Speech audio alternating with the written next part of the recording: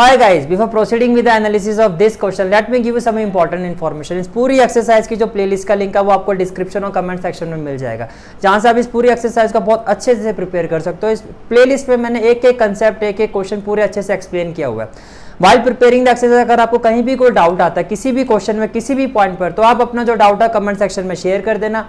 In the upcoming lecture जो भी आपका डाउट होगा उसको मैं उसका एनालिसिस मैं आपको करवा दूंगा, जिससे क्या होगा ये एक्सरसाइज आपकी बहुत अच्छे से प्रिपेयर हो जाएगी।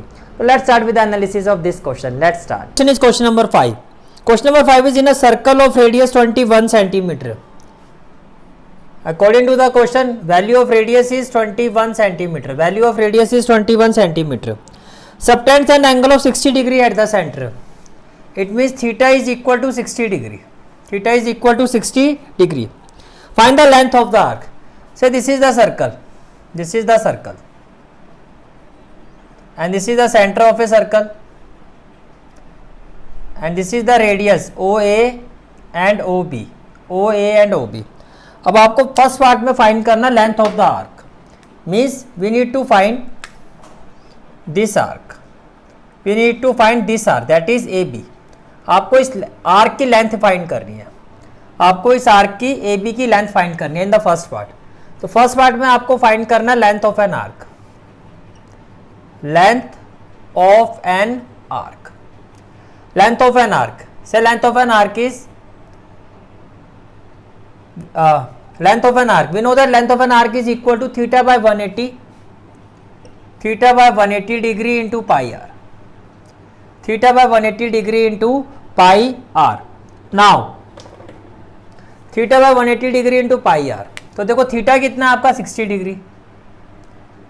थीटा कितना आपका 60 डिग्री. तो थीटा की जगह आ जाएगा 60 degree upon 180 degree into pi 22/7 और r कितना है 21. r कितना है 21. वाइल सॉल्विंग दिस 7 1 जा 7, 7 3 जा 21, 0 से 0 कैंसिल हो जाएगा, 6 1 जा 6, 6 3 जा 18, 3 से 3 कैंसिल हो जाएगा. तो लेंथ ऑफ एन आर्क आ गया 22 सेंटीमीटर. ये तो हो गया फर्स्ट पार्ट का आंसर.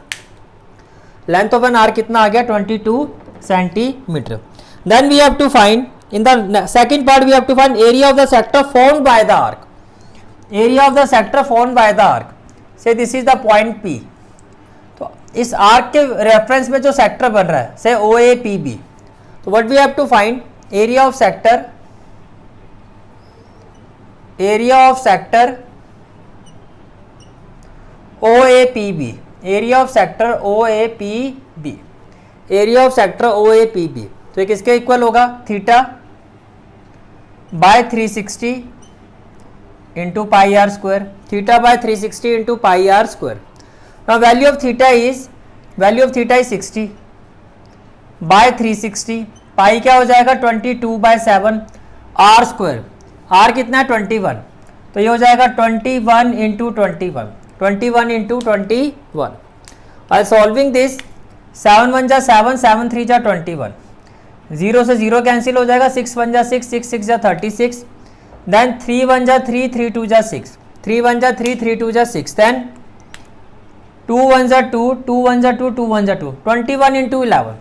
तो 21 into 11, 11 1 जा 11, 11 2 जा 22 और 1 23. तो ये किसके इक्वल हो जाएगा? It will be equal to 231 centimetre square. 231 centimetre square. तो ये हमारा हो गया पार्ट 2. अब हम आते हैं पार्ट 3 पर. पार्ट 3 में आपको कहा जा रहा है find the area of the segment formed by the corresponding chord. area of the sector formed by the corresponding chord. तो जो कोड है यहां पर वो क्या होगी AB. और एरिया ऑफ द सेगमेंट यानी कि आपको फाइंड करना है एरिया ऑफ दिस सेगमेंट, यानी कि आपको फाइंड करना है area of minor segment. Now area of segment will be equal to area of segment area of segment will be equal to area of sector OAPB. Let us say that area of sector OAPB जो है A1 है, इसको हम A1 ले लेते हैं. area of sector OAPB that is A1 minus area of triangle minus area of triangle O A B से A2 अब A1 की वैल्यू तो हम ऑलरेडी फाइंड कर चुके हैं 231 सेंटीमीटर स्क्वायर, हमें फाइंड करना है A2, तो देखो ये जो ट्राइंगल OAB है से ये एंगल आपका 1 हो गया, ये एंगल आपका 2 हो गया और ये एंगल आपका 3 हो गया, ये आपका एंगल हो गया 3। In triangle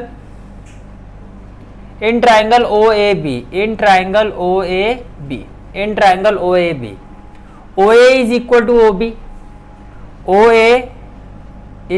to OB by radii of the same circle. OA भी आपका 21 सेंटीमीटर है और OB भी आपका 21 सेंटीमीटर है, तो ये क्यों इक्वल है? बिकॉज ये सेम सर्कल की रेडियस है, तो इसको आप लिखोगे why it is equal because radii of the same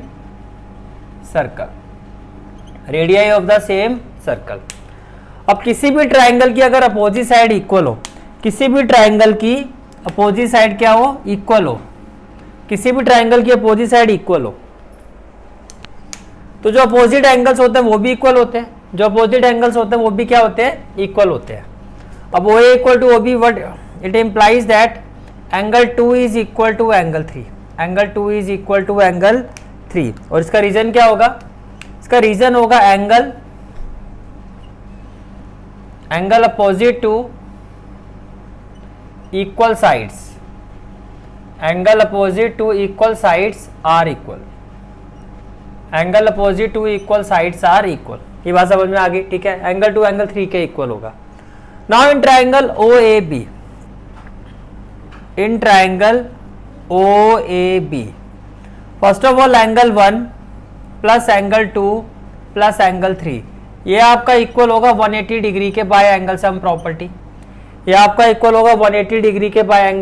property, अब देखो एंगल 1 की जो वैल्यू है वो है 60 डिग्री, तो ये हो जाएगा 60 degree.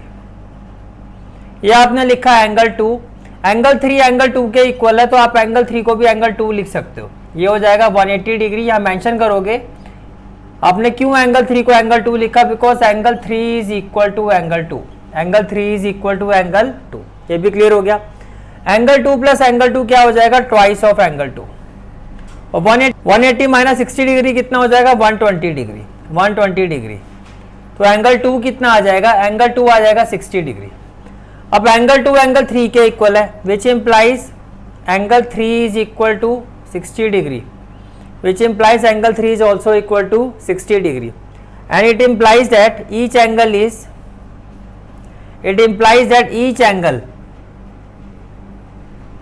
is 60 degree, each angle is 60 degree।